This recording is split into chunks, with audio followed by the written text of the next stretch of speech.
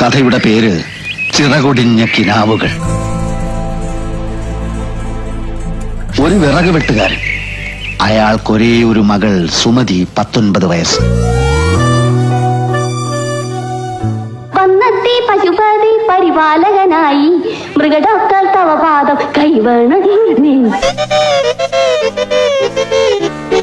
ഇവൾ സ്ഥലത്തെ ഒരു തയ്യൽക്കാരനുമായി പ്രണയത്തിലാണ്.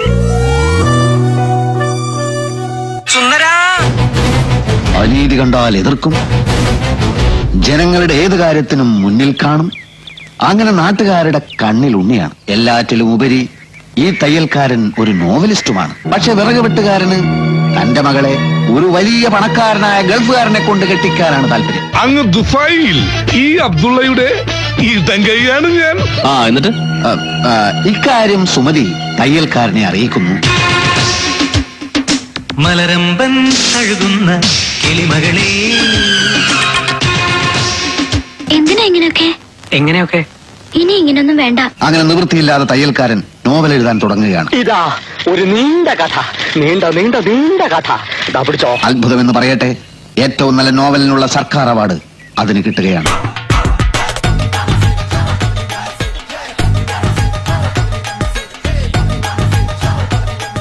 ഈ 1 ലക്ഷം കൊണ്ട് തയ്യൽക്കാരൻ ഒരു ഗംഭീര ബംഗ്ലാവ് പണിയുകയാണ്. റാസൽ ഖൈമയിലെ ആ വലിയ വീട്ടിൽ ആ രാജകുമാരൻ ഒറ്റയ്ക്കായിരുന്നു. ഇതാണ് ചിറകടിഞ്ഞ കിനാവ്.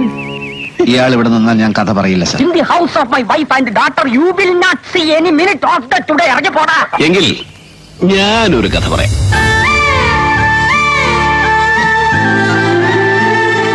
ഒന്നുമില്ലാത്ത അശോകനെ എന്തെങ്കിലുമൊക്കെ ആക്കി തീർത്ത ബാലചന്ദ്രൻ, എന്റെ പ്രിയപ്പെട്ട ബാലൻ. ഒടുവിൽ ബംഗ്ലാവിന്റെ പാലുകാച്ചൽ ദിനം വരികയാണ്. അന്ന് തന്നെയാണ് സുമതിയും ഗൾഫുകാരനുമായുള്ള വിവാഹം. അവിടെ കല്യാണ വാദ്യഘോഷങ്ങൾ, ഇവിടെ പാലുകാച്ചൽ.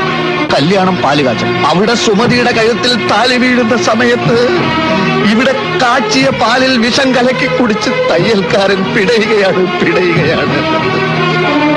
പക്ഷെ താലി കെട്ടുന്നില്ല.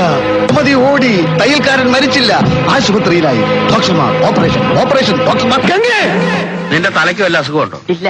പിന്നെ എന്താ ഇതിന്റെ അർത്ഥം? സാർ ആധുനികമേ പബ്ലിഷ് ചെയ്യൂ എന്ന് പറഞ്ഞതുകൊണ്ട് സ്വപ്നം എഴുതിയതാ.